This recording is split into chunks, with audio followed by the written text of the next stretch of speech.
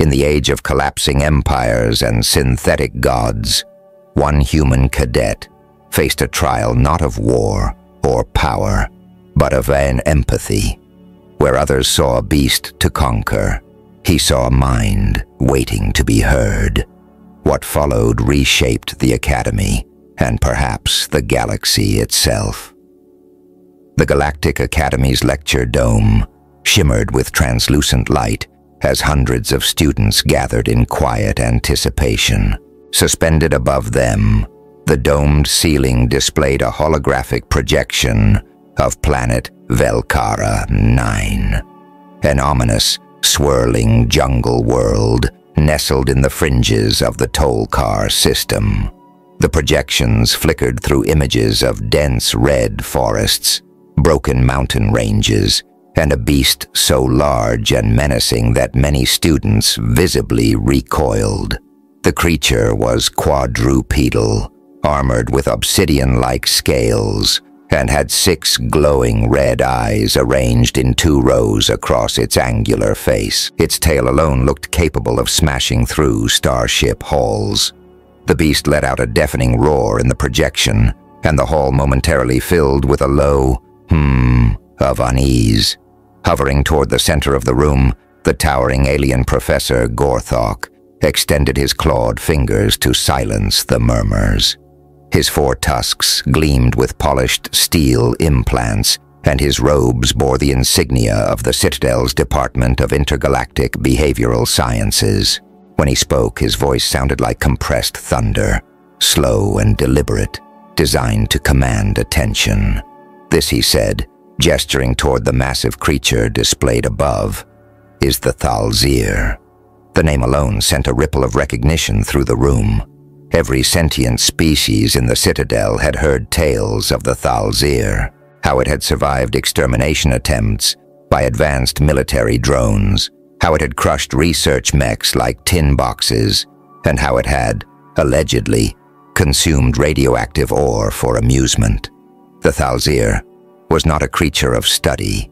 It was a creature of legend, the kind that professors referenced to discourage field assignments. Your task, Gorthok continued, pausing for emphasis, is to locate and capture this creature. The room fell into stunned silence. Even those who usually thrived under pressure, like the venomous-skinned Raxians or the mind-bending Cerebari twins, shifted uncomfortably in their seats. Some gasped, others simply blinked in disbelief, their neural lenses recalibrating to ensure the professor had not misspoken. "This is not a joke," he added, reading the expressions before him. "It is your midterm, a real-world test in behavioral analysis, tactical execution, and survival. You will form teams, descend onto Velcara 9 within 72 standard cycles, and attempt to subdue the beast. Tranquilization, containment, behavioral manipulation, any method is acceptable, so long as you do not kill it. You let the final word hang in the air like a guillotine." Overseer Marnak Vol's massive tail thudded once on the platform, triggering the appearance of a large galactic map behind him. Velcara 9 was highlighted in red. "You have 9 sol cycles," he said. "Coordinates and resources will be provided. This will be the final time I intervene. The rest is yours." Students began whispering in rapid tongues, exchanging panicked glances and forming instinctive groups with their own species. The tall insectoid Zarnve clustered together, already uploading shared schematics to their neural comms. The amphibious Talari murmured in their clicking dialects about setting up traps near watering holes. Everyone was planning something. Everyone except one. In the back row, slouched lazily with his boots on the lower railing, sat a single human student, Kale Riven. He was the only Terra-born student in the cohort, and by all appearances, he seemed grossly underqualified to be in the same room as the best minds of 37 planetary systems. His short, disheveled hair framed a pair of blue eyes that looked far too relaxed for what had just been announced. He tilted his head slightly and gave the hologram of the Thalzir a long, quiet stare. Unlike the others, he didn't seem afraid. If anything, he looked curious. Kyle had a reputation, not for being the top of his class nor the most disciplined. He rarely spoke during lectures, often submitted his assignments late, and had once skipped a gravitational physics final entirely to see what a Graviton Abyss's event horizon felt like from the edge. Yet despite his unpredictable behavior, he had a knack for solving problems in the most absurdly efficient ways. He once reprogrammed a malfunctioning robot, not by fixing its code, but by playing a song through an old Terra-sonic harmonic until the error loop stabilized. His methods defied logic and often physics, but his results were undeniable. Now, as alien students formed coalitions and exchanged protein-sharpening kits, Kale remained seated, tapping a small Terra coin on the railing, lost in thought. Near him, a team of Androlith warriors eyed him with suspicion. One of them, a broad-shouldered female with glowing scars along her jaw, leaned toward her teammate. "He'll be the first to die," she muttered in the Androlith tongue. But Kale heard her. He always seemed to hear things he wasn't supposed to. Without turning his head, he said quietly, "Don't worry. I'll leave some of the beast for you to capture." The Androlith sneered and turned away. Back on the platform, Professor Gorthak began to wrap up the briefing. For those who fail, there will be no second chance. This is not just about grades. This is about understanding life beyond the edge of civilization. The Thalzir represents the unknown, taming it. No, surviving it means proving that you can adapt beyond your origin. He tapped a talent against the interface on his sleeve, and a series of encrypted access points appeared on the students' hollow devices. Maps, supply options, biome warnings, and the number of available drop pods were now unlocked. You may begin your preparations immediately. Your ships depart tomorrow. May your minds be sharp, and your instincts sharper. With that, the lights in the dome dimmed, and students began scattering in all directions.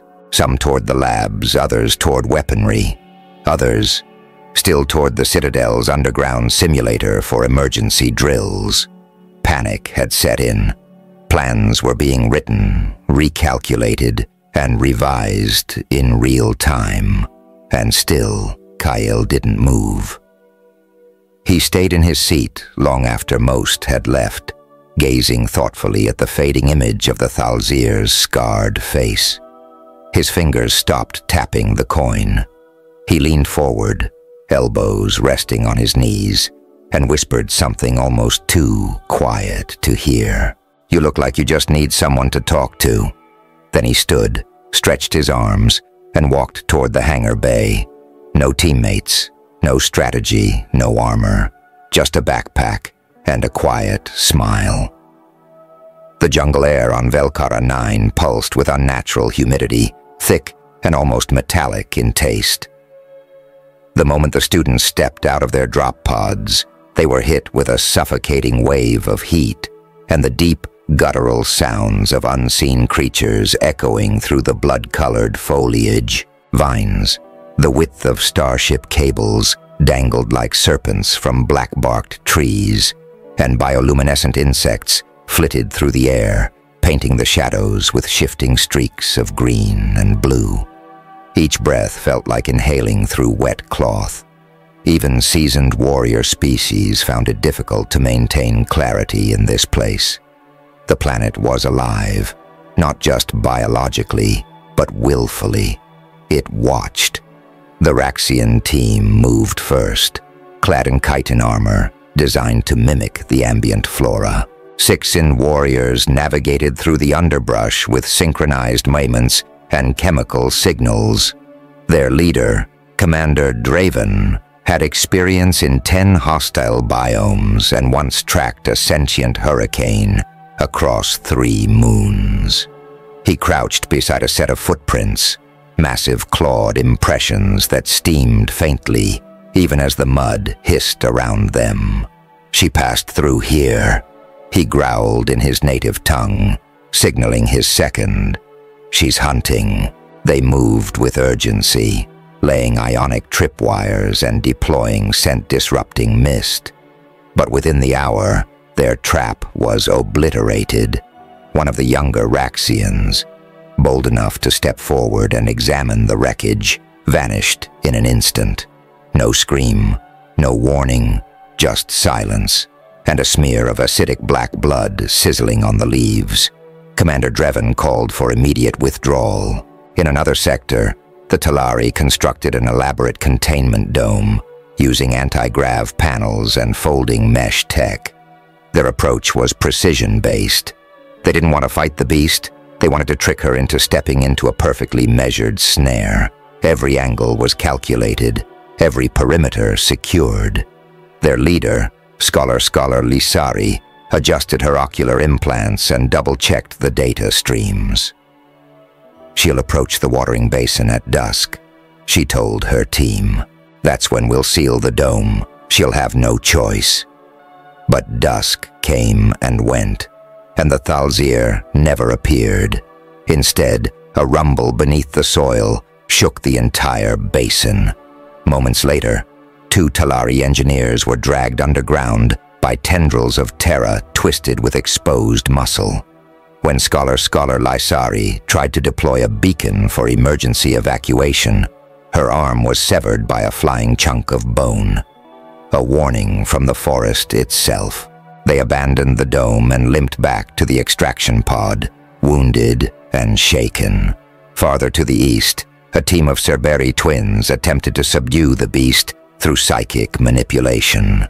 Hovering in meditative stances above the ground, the twins chanted a pattern that laced through the surrounding atmosphere, like invisible thread. One focused on projection, the other on reception. Their minds sought to find a neural signature they could latch onto, something they could rewrite or lull into submission. At first, it worked.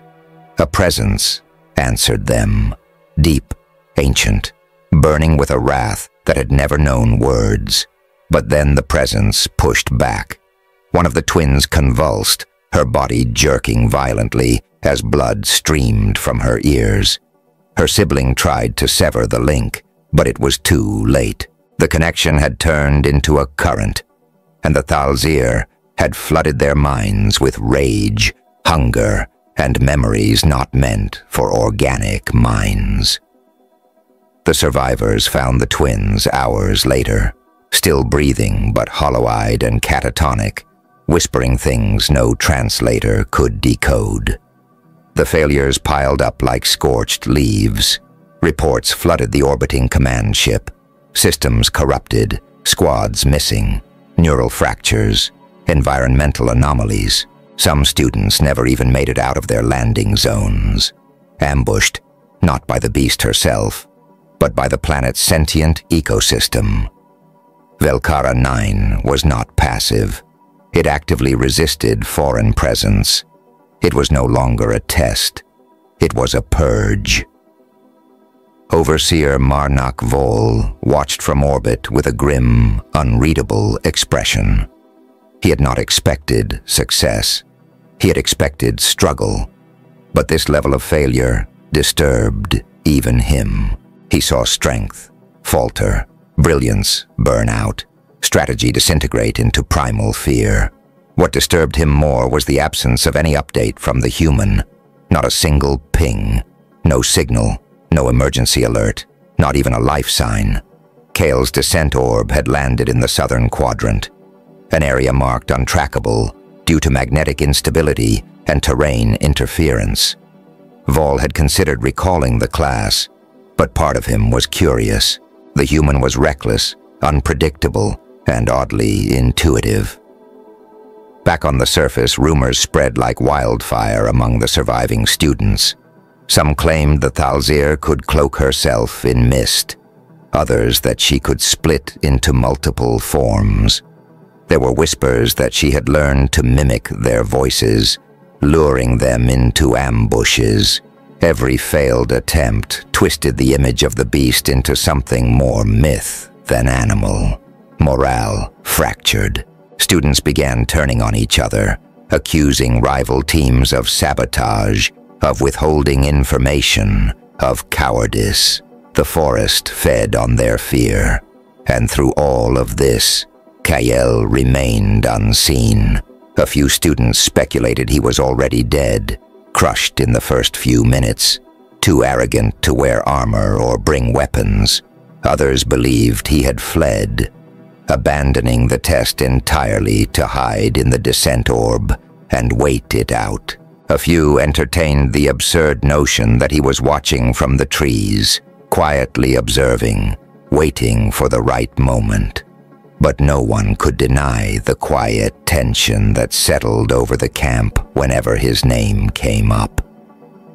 Late on the third low-light span, as acid rain pelted the shattered remains of an Androlith perimeter drone, a new message flashed across the shared feed.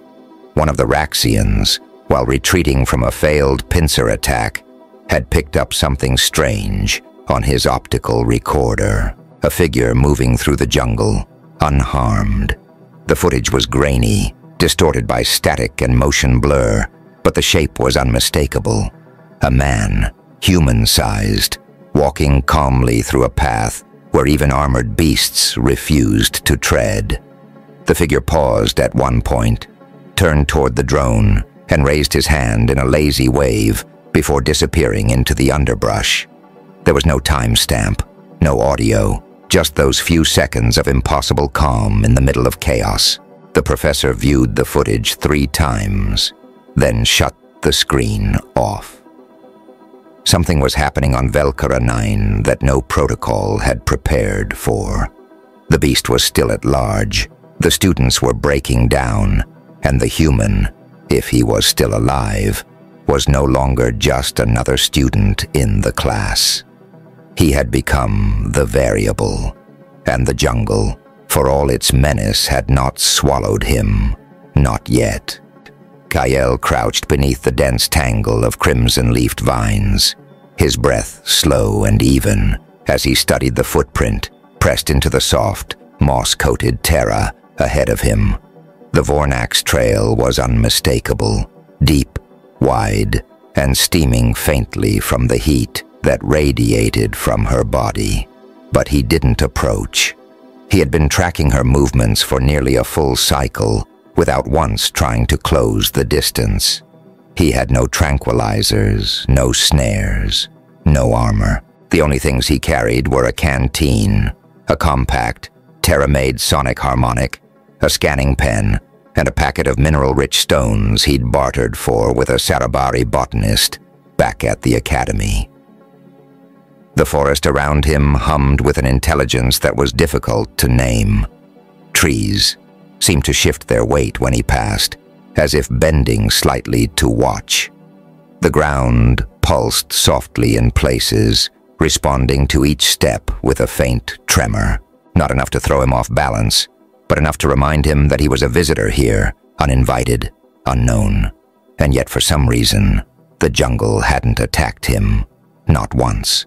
No roots lashed out, no vines tried to strangle him, no beasts had charged him in the low-light span. It was as if the planet had acknowledged his presence and decided, for now, not to resist it. He moved with patience, never rushing, never making a sound he didn't intend to make. The Thalzir was not a creature to be cornered or fought. That much was clear. She was a being shaped by centuries of environmental hostility, forged in the fire of a world that wanted her dead from birth. He understood that. In some way, he even respected it. His first direct glimpse of her came at dusk. He had scaled a tall, branchless stalk, one of the tower thorns that sprouted upward like spears and settled among its spiraling upper ridges. Below, in a clearing rimmed with steaming mud and strange fungus, the Thalzir emerged from the shadows. Her size was far more massive than he'd expected. She moved not with brute force, but with absolute control. Each step precise, silent, and deliberate. Her 6 eyes scanned the forest with slow, rotating sweeps. Steam hissed from her joints with every movement. Her armored tail swept in lazy arcs behind her, leaving deep furrows in the ground. She approached a boulder and paused. Kyle, barely breathing, watched as she rubbed the side of her jaw against the stone, marking territory, perhaps, or scratching an itch. Then she stilled completely and turned her head slowly toward the tower thorn where he perched. He didn't flinch. He simply remained still, his palms open and resting on his knees. Her gaze lingered for nearly a minute. Then, without any sign of alarm, she lowered herself onto the moss and curled her body around the base of the stone. Within seconds, she vanished beneath her own camouflage armor plates, blending with the soil and foliage until nothing of her remained except the vague shimmer of refracted light. That was when he began to understand her patterns. Over the next 2 days, he observed without interfering. He sketched diagrams into the soil with a stick, mapping her movements, her reactions to sound, her feeding behavior. She never strayed far from the boulder. Sometimes she would rise suddenly and prowl through the clearing, sniffing the air. Sometimes she would emit a low-frequency rumble that shook the trees like distant thunder. On the 4th early phase, Kyle left her a gift. He approached cautiously, stopping well before the boundary he had marked in his mind as her awareness perimeter. He crouched and placed 3 of the mineral stones on a flat rock, then stepped back 20 paces.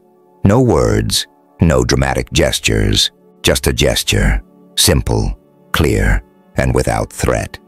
He waited. Minutes passed. Then, with the slow grace of something ancient and cautious, she emerged from her camouflage and approached the offering. Her head tilted as she sniffed, then nudged one of the stones with her snout. She didn't eat it, but she didn't reject it either. Instead, she lay down again, closer to the offering this time. The next cycle, he returned with more stones and a small speaker that played a soft melody loop from an Terra lullaby. He let it play just once. The Vornak's ears twitched, her head cocked. Then she let out a sound that was somewhere between a growl and a hum.